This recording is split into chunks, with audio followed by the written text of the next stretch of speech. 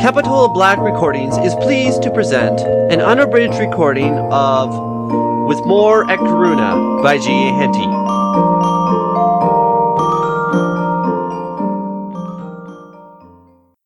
Chapter 6. A Pause. The Mayo Fusiliers had suffered their full proportion of losses at the Battle of Vimeira. Major Harrison had been killed. Captain O'Conner had been severely wounded, as his company had been thrown forward as skirmishers on the face of the hill, and a third of their number had fallen, when Laborde's great column had driven them in as it charged up the ascent. Terrence's father had been brought to the ground by a ball that struck him near the hip, had been trampled on by the French as they passed up over him, and again on their retreat, and he was insensible when, as soon as the enemy retired, a party was sent down to bring up the wounded. By the death of the Major, O'Conner, as senior captain, now attained that rank, but the doctor pronounced that it would be a long time before he would be able to take up his duties. Another captain and 3 subalterns had been killed, and several other officers had been wounded. Among these was O'Grady, whose left arm had been carried away below the elbow by a round shot. As Terrance was in the other wing of the regiment, he did not hear of his father's wounds until after the battle was over, and on the order being given that there was to be no pursuit, the regiment fell out of its ranks. As soon as the news reached him, he obtained permission to go down to Vimeira, where the church and other buildings had been turned into temporary hospitals, to which the seriously wounded had been carried as soon as the French retired. Hurrying down, he soon learned where the wounded of General Fane's brigade had been taken. He found the 2 regimental doctors hard at work. Old Flaherty came up to Terrence as soon as he saw them enter the barn that had been hastily converted into a hospital by covering the floor deeply with straw. "I think your father will do, Terrence, my boy," he said cheeringly. "We have just got the bullet out of his leg, and we hope that it has not touched the bone, though we cannot be altogether sure.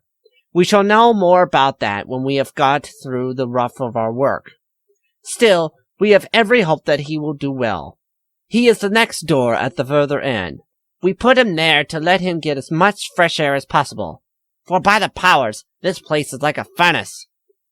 Captain O'Conner was lying on his back, the straw having been arranged so as to raise his shoulders and head. He smiled when Terrence came up to him. "Thank God you have got safely through it, lad." "I should not have minded being hit, father, if you had escaped," Terrence said with difficulty suppressing a sob, while, in spite of his efforts, the tears rolled down his cheeks. "The doctors say I shall pull through all right. I hear poor Harrison is killed. He was a good fellow, though it has given me my step. I am heartily sorry. So we have thrashed them, lad. That is a comfort. I was afraid when they went up that hill that they might be too much for us, and I was delighted when I heard them coming tearing down again, though I had not much time to think about it.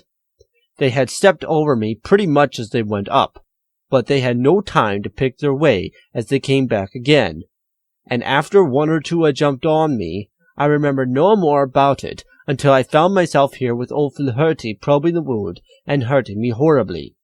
I am bruised all over, and I wonder some of my ribs are not broken. At present, they hurt me a good deal more than this wound in the hip. Still, that is only an affair of a day or 2. Who have been killed besides the Major?" "Dorman, Phillips, and Henderson are killed. O'Grady is wounded, I hear, and so are Saunders, Byrne, and Sullivan. There have been some others hit, but not seriously. They did not have to fall out." "O'Grady is over on the other side somewhere, Terrence. I heard his voice just now. Go and see where he is hurt." O'Grady was sitting up with his back to the wall. The sleeves of his jacket and shirt had been cut off, and a tourniquet was on his arm just above the elbow. "Well, Terrence," he said cheerfully, "I'm in luck, you see." "I can't see any luck about it, O'Grady." "Why, man, it might have been my right arm. And where should I have been then? As to the left arm, one can do without it very well. Then again, it is lucky that the ball hit me below the elbow and not above it. Old Flaherty says they were able to make a decent job of it, and that after a bit they will be able to fit a wooden arm on, so that I could screw a fork into it. The worst of it at present is that I have a terrible thirst in me, and nothing but water have they given me, a thing that I've not drunk for years. They have tied up the arteries, and they are going presently to touch at the loose ends with hot pitch to start the bleeding altogether. It is not a pleasant job. They have done it to 2 or 3 of the men already. One of them stood it well, but the others cried 1,000 murders. O'Flaherty has promised me a drink of whiskey and water before they do it, and just at present I feel as if I would let them burn all my limbs at the same price. It is sorry I am, Terrence, to hear that your father is hit so hard, but O'Flaherty says that he will get through it all right. Well, he will get his majority, though I am mighty sorry that Harrison is killed. He was a good boy, though he was an Englishman. Ah, Terrence, my heart's sore when I think what I said the evening after the fight of Rolisha. I did not mean it altogether, but the words come home to me now. It is not for myself, but for the poor boys that have gone. It was just thoughtlessness, but I would give me other arm not to have said those words. I know that you did not mean it, O'Grady, and we were all feeling sorry that the regiment had not a chance to be in the thick of it. Here they are, coming this way with the pitch kettle. You had better get away, lad, before they begin. Terrence was glad to follow the advice, and hurried out of the barn and walked 300 or 400 yards away. He was very fond of O'Grady, who had always been very kind to him, and who was thoroughly warm-hearted and a good fellow, in spite of his eccentricities. In a quarter of an hour he returned. Just as he was entering, O'Flaherty came out of the door. I must have a breath of fresh air, Terrence, he said. The heat is stifling in there, and though we are working in our shirt sleeves, we are just as damp as if we had been thrown into a pond. Has O'Grady's arm been seared? Yes, and he stood it well. Not a word did he say until it was over. Then he said, Give me another drink, O'Flaherty. It's wake-like, I feel. Before I could get the cup to his lips, he went off in a faint. He has come round now, and has had a drink of weak whiskey and water, and is lying quiet and composed. It is better that you should not go near him at present. I hope that he will drop off to sleep presently. I have just given a glance at your father, and he is nearly, if not quite so, asleep too, so you had better leave them now and look in again this evening.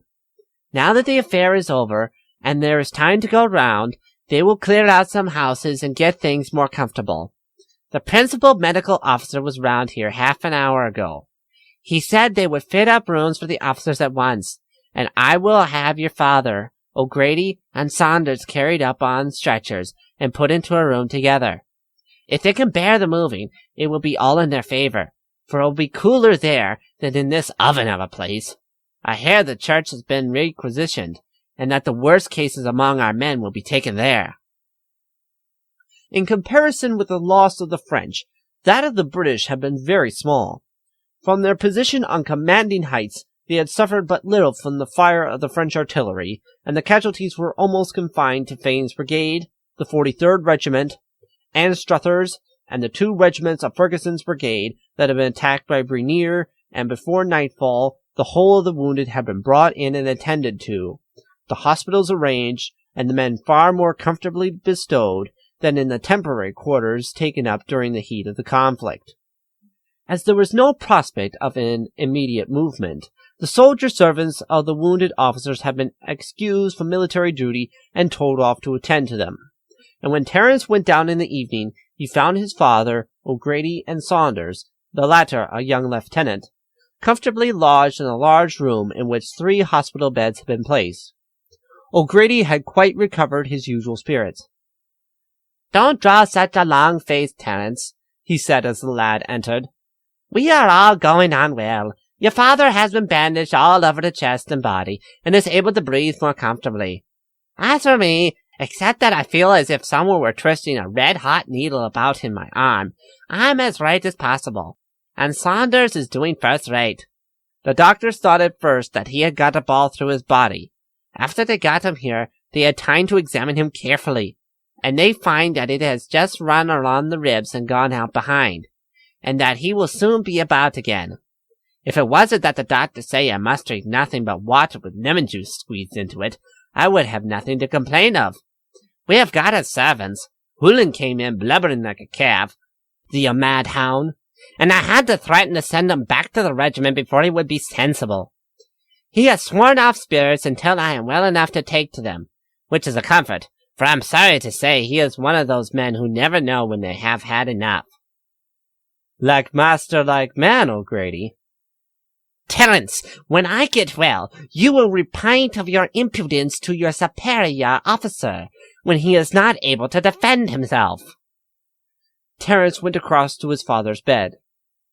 Do you feel easier, father? A great deal, lad. I was so bruised that every breath I took hurt me. Since I have been tightly bandaged, I am better, ever so much. Daddy says that in a few days I shall be all right again as to that, but that the other business will keep me on my back for a long time. He has examined my wound again, and says he won't touch it for a few days, but I can see that he is rather afraid that the bone has been grazed, if not splintered. You have not heard what is going to be done, have you? No, father. The talk is that no move will be made anyhow, until Sir John Moore lands with his troops. After that, I suppose we shall go forward. It is a pity we did not push forward today, lad, if, as I hear, half the force were never engaged at all. Junot would not have carried off a gun if our fellows had been launched against them while they were in disorder.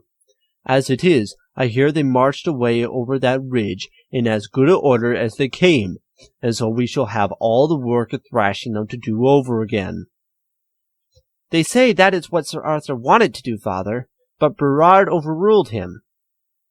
Did any man ever hear of such nonsense as a general who knows nothing at all about the matter coming, and taking over the command from a general who has just won a battle, and who has all the ins and outs of the matter at his finger ends?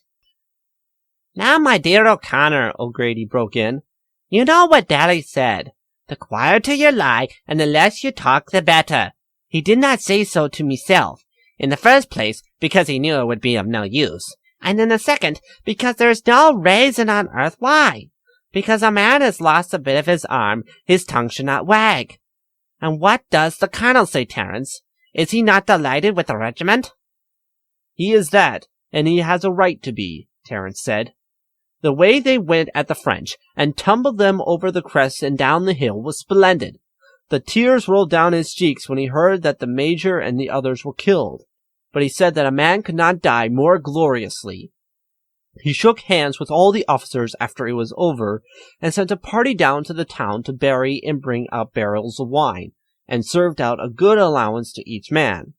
As soon as the firing ceased, I heard him tell O'Driscoll that he was proud to have commanded the regiment. That is good, Terrence. And now, do you think that you could bring me up just a taste of the crater? The divil a drop, O'Grady. If Daly and O'Flaherty both say that you are not to have it, it is certain that it is bad for you. But I'll tell you what I will do. I have one bottle of whiskey left, and I will promise you that it shan't be touched till you are well enough to drink it. And if we are marched away, as I suppose we shall be, I will hand it over to O'Flaherty to give you when you are fit to take it. He tells me that he will be left to look after the wounded when we move.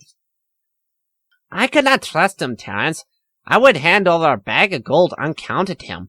But as for whiskey, the temptation would be too great for an Irishman to resist. Look here. You put it into a wooden box and nail it up securely, and write on it O'Grady's arm, and hand it over to him solemnly, and tell him that I have a fancy for burying the contents myself, which will be true enough, though it is me throat I mean to bury it in. Knowing that it was best they should be left in quiet, Terrence soon left them and returned to the regiment. Well, Dick, what did you think of a battle? He asked his chum. I don't know what I did think. It does not seem to me that I thought much about it at all. What with the noise of the firing, and the shouting of the men, and the whistle overhead of the French shot, and the men cheering, and the French shouting in the excitement, there was no time for thinking at all. From the time the skirmishers came running up the hill to the time when we rolled the French down it, I seem to have been in a dream. It's lucky that I had no words of command to give, for I am sure I should not have given them. I don't think I was frightened at all. Somehow, I did not seem to think of the danger. It was just a horrible confusion. I felt very much like that too. It was not a bit like what it was when we took that brig. I felt cool enough when we jumped onto her deck, but then there was no noise to speak of, while the row this morning was tremendous. I tried to cheer when the men did, but I could not hear my own voice, and I don't know whether I made any sound or not. A delay of some weeks took place after the Battle of Vimeira. The Mayo Fusiliers were not among the troops who entered Lisbon in order to overawe the populace and prevent attacks both upon French soldiers and officers, and Portuguese suspected of leaning towards French cause. Throughout the country, everything was in confusion.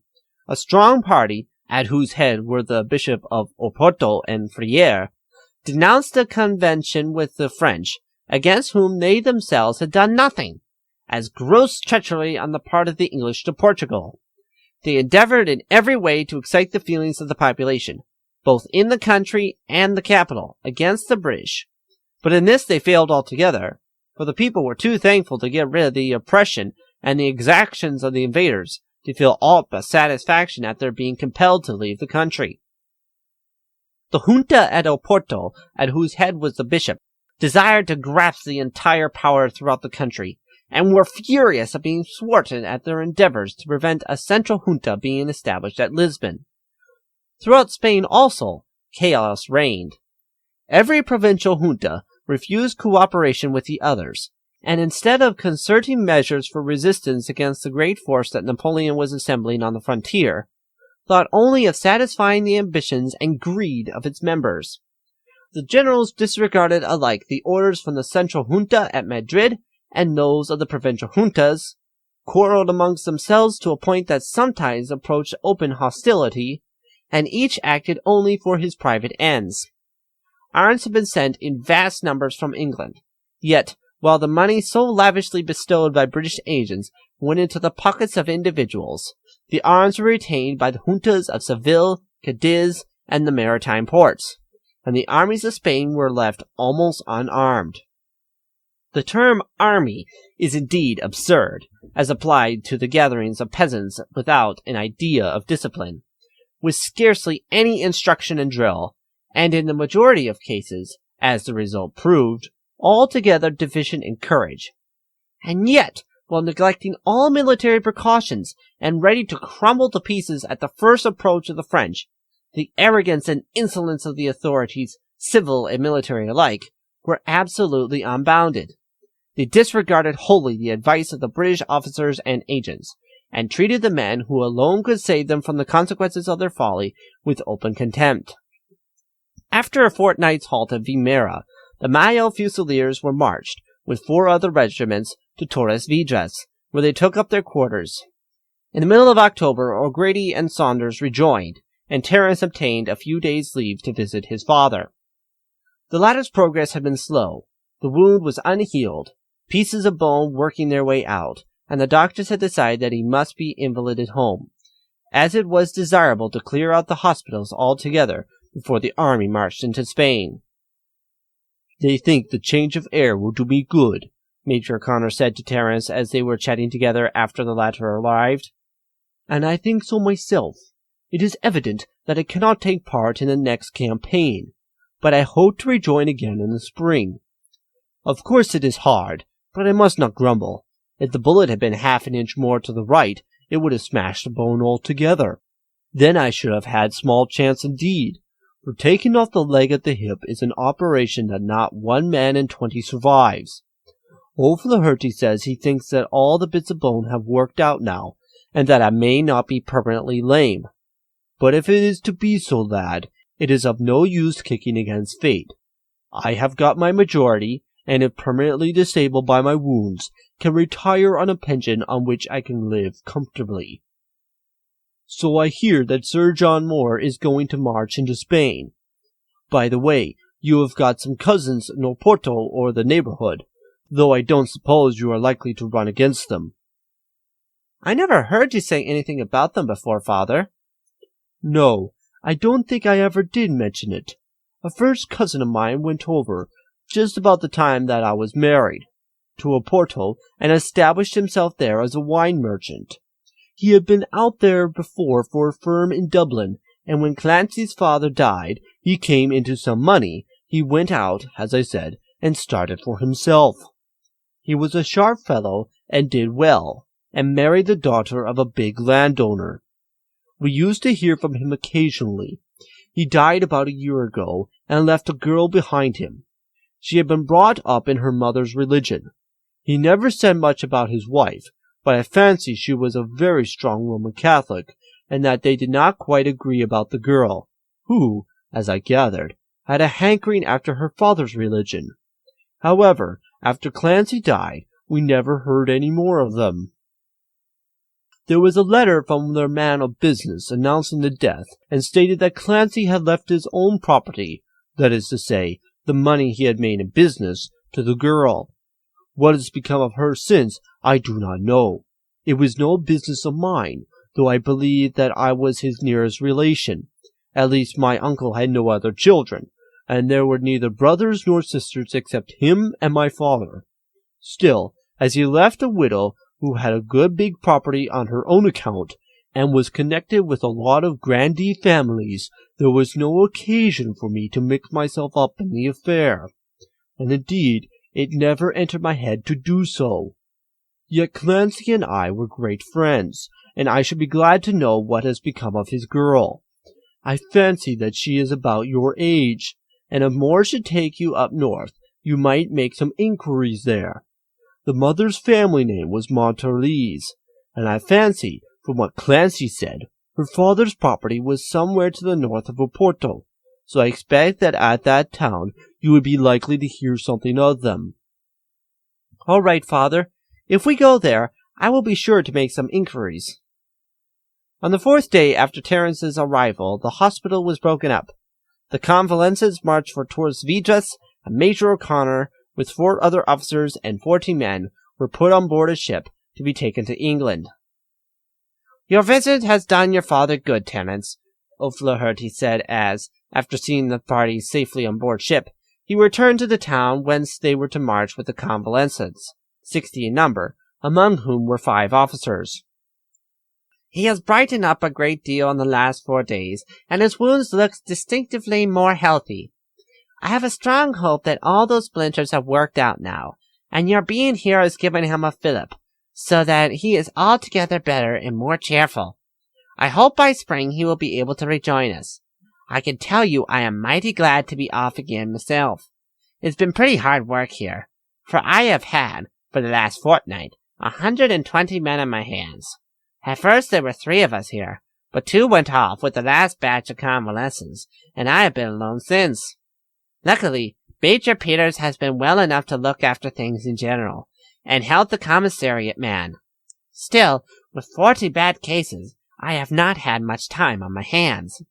Of course, I knew him and all the other officers, but they all belonged to other regiments, and it was not like being among the Mayos.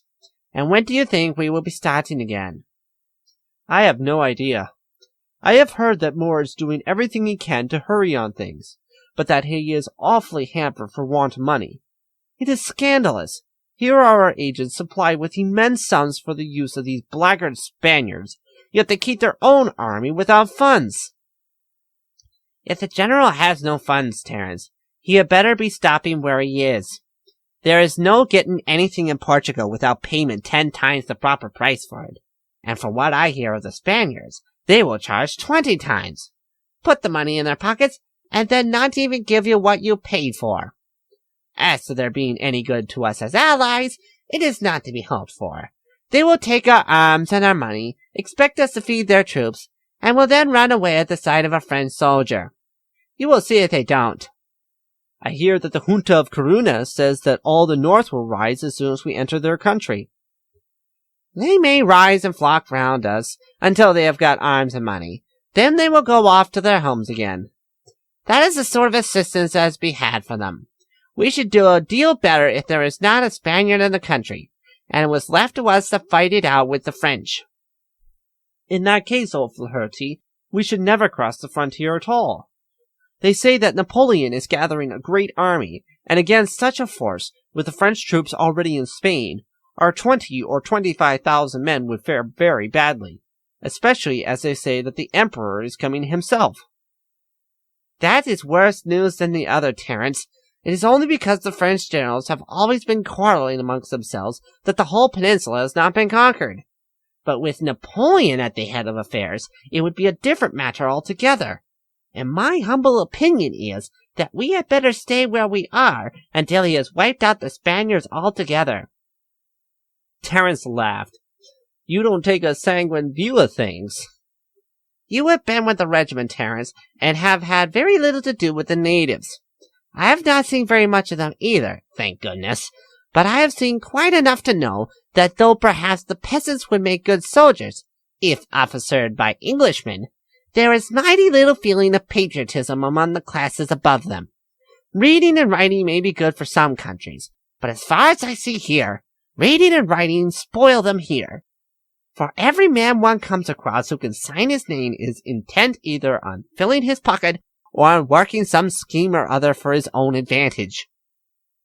If I were Sir John Moore, I would send up a division to Oporto, hang the bishop and every member of the junta, shoot Friere and a dozen of his principal officers, and if the people of Oporto gave them the chance, clear the straits with grape shot.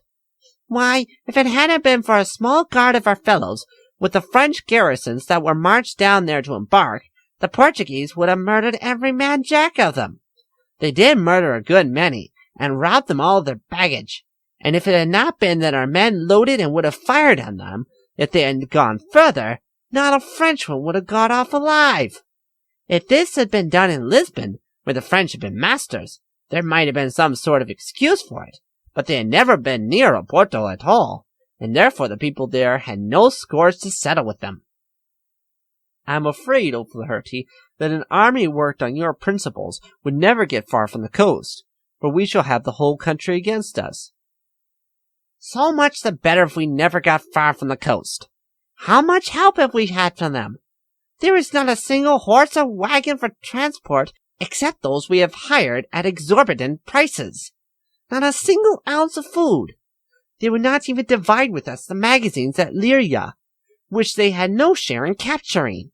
The rabble they call an army has never fired a shot or marched a yard with us, except Trant's small command, and they were kept so far out of it in both fights.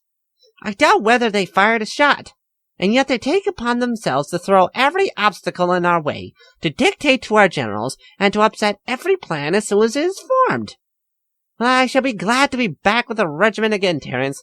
There is some fun going on there anyhow, and I have not had a hearty laugh since O'Grady went off 10 days ago. We were all heartily glad to see him back again, Terrence said. He does not seem a bit worse for having lost his hand. Now, he has got through it a deal better than I expected, considering that he is not what might be called a very temperate man. Not by any means. It is not very often he takes more liquor than he can carry, but he generally goes very close to the mark. I kept him very short here, O'Flaherty laughed, and told him that if he did not obey orders, I would have him invalided home, and I have got him to promise that he will draw in a bit in the future, and have good hopes of his keeping it, seeing that when the army starts again, you won't get much chance of indulging. It will be a good thing for the others as well as O'Grady, Terrence said quietly. I suppose in Ireland the whiskey does not do much harm, seeing that it is a wet country, but here I notice that they cannot drink half as much as they were accustomed to without feeling it. That is true for you, Terrence. Half a bottle here goes as far as a bottle in the old country, and I find with the wounded, spirits have a very bad effect, even in small quantities. There is one thing, when the troops are on the march, they not only get small chance of getting drink, but mighty little time to think of it. When you have been doing your 20 miles a day, with halts and stoppages on the baselay roads and defiles, and are on your feet from daylight until late in the evening, and then perhaps a turn at the outposts, a man hasn't got much time for diversion. And even if there is liquor to be had, he is glad enough when he has had a glass or so to wrap himself in his cloak and lie down to sleep. I have nearly sworn off for myself, for I found that my head troubled me in the morning after a glass or two, more than it did after an all-night sitting at Athlone. Ah, Terrence, it is lucky for you that you have no fancy for it. I hope I never shall have, O'Flaherty. If one has got thoroughly wet through in a long day's fishing, it may be that a glass of punch may keep away a cold, though even that I doubt. But I am sure that I am better without it at any other time, and I hope some day the fashion will change, and instead of it being considered almost a matter of course after a dinner that half the men should be under the table, it will then be looked upon as disgraceful for a man to get drunk, as it is now for a woman to do so. O'Flaherty looked at his companion with amused surprise. Faith, Terrence, that would be a change indeed, and you might as well say that you hope the time will come when you can whip off a fellow's leg without his feeling pain. Perhaps that may come too, Terrence laughed. There is no saying. The next morning, the detachment started at daybreak and marched to Torres Vedras, where they heard that a general movement was expected to begin. The regiment had now a comfortable mess, and the situation was freely discussed as scraps of news arrived from Lisbon. Could the English ministry have heard the comments on their imbecility passed by the officers of the British Army, even they might have doubted the perfect wisdom of their plan. On the 6th of October, Moore had received a dispatch stating that 30,000 infantry and 5,000 cavalry were to be employed in the north of Spain. 10,000 of these were to be sent off direct from England. The remainder were to be composed of regiments from the army in Portugal. Moore had the choice of taking the troops round in ships or of marching them direct. He decided upon the latter course, for arrangements had been made by Sir Hugh Dalrymple to enter Spain by Almeida, and moreover, he thought that the resources of the sea-coast of Galicia would not be more than sufficient to supply transport and food for the 10,000 men who were to land there under the command of Sir David Baird. The English general's difficulties were indeed overwhelming. He had soldiers who, although but recently raised, had shown themselves good fighters, but he was altogether without even transport sufficient for the officers. With an ample supply of money, an experienced staff, and a well-organized commissariat, the difficulties might have been overcome. But Sir John Moore was practically without money. His staff had no experience whatever, and the commissariat and transport officers were alike ignorant of the work that they were called upon to perform. He was unacquainted with the views of the Spanish government, and uninformed as to the numbers, composition, and situation of the Spanish armies with whom he was to act, or with those of the enemy. He had a winter march of 300 miles before he could join Sir David Baird, who would have 200 miles to march from Corunna to join him, and there was then a distance of another 300 miles to be traversed before he reached the Ebro, which was designated as the center of his operations. And all this had to be done while a great French army was already pouring in through the passes of the Pyrenees. No more tremendous, or, it may be said, impossible task was ever assigned to an English commander. And to add to the absurdity of their scheme, the British government sent off Sir David Baird without instructions and even without money. The Duke of York had vainly protested against the plan of the ministry, and had pointed out that nothing short of an army of 60,000 men, fully equipped with all necessaries for war, money, transport, and artillery, could achieve success of any kind. Upon the day Terrence rejoined, news came from the engineers in advance that the assurances Sir John Moore had received that the road by which the army was to travel was perfectly practicable for artillery and baggage wagons were wholly false, and it was probable that the artillery and cavalry would have to make a long circuit to the south. It was too late now to change the route for the rest of the army. Nearly half the force had already started on the road to Almeida, and the supplies for their subsistence had been collected at that town. Therefore, it was necessary that the main body of the infantry should travel by that road, while 3,000 were to act as a guard for the artillery and cavalry on the other route. Thank you for listening to Capitol Black Recordings. I hope you have enjoyed this recording of With More at Corunna by G.A. Henty.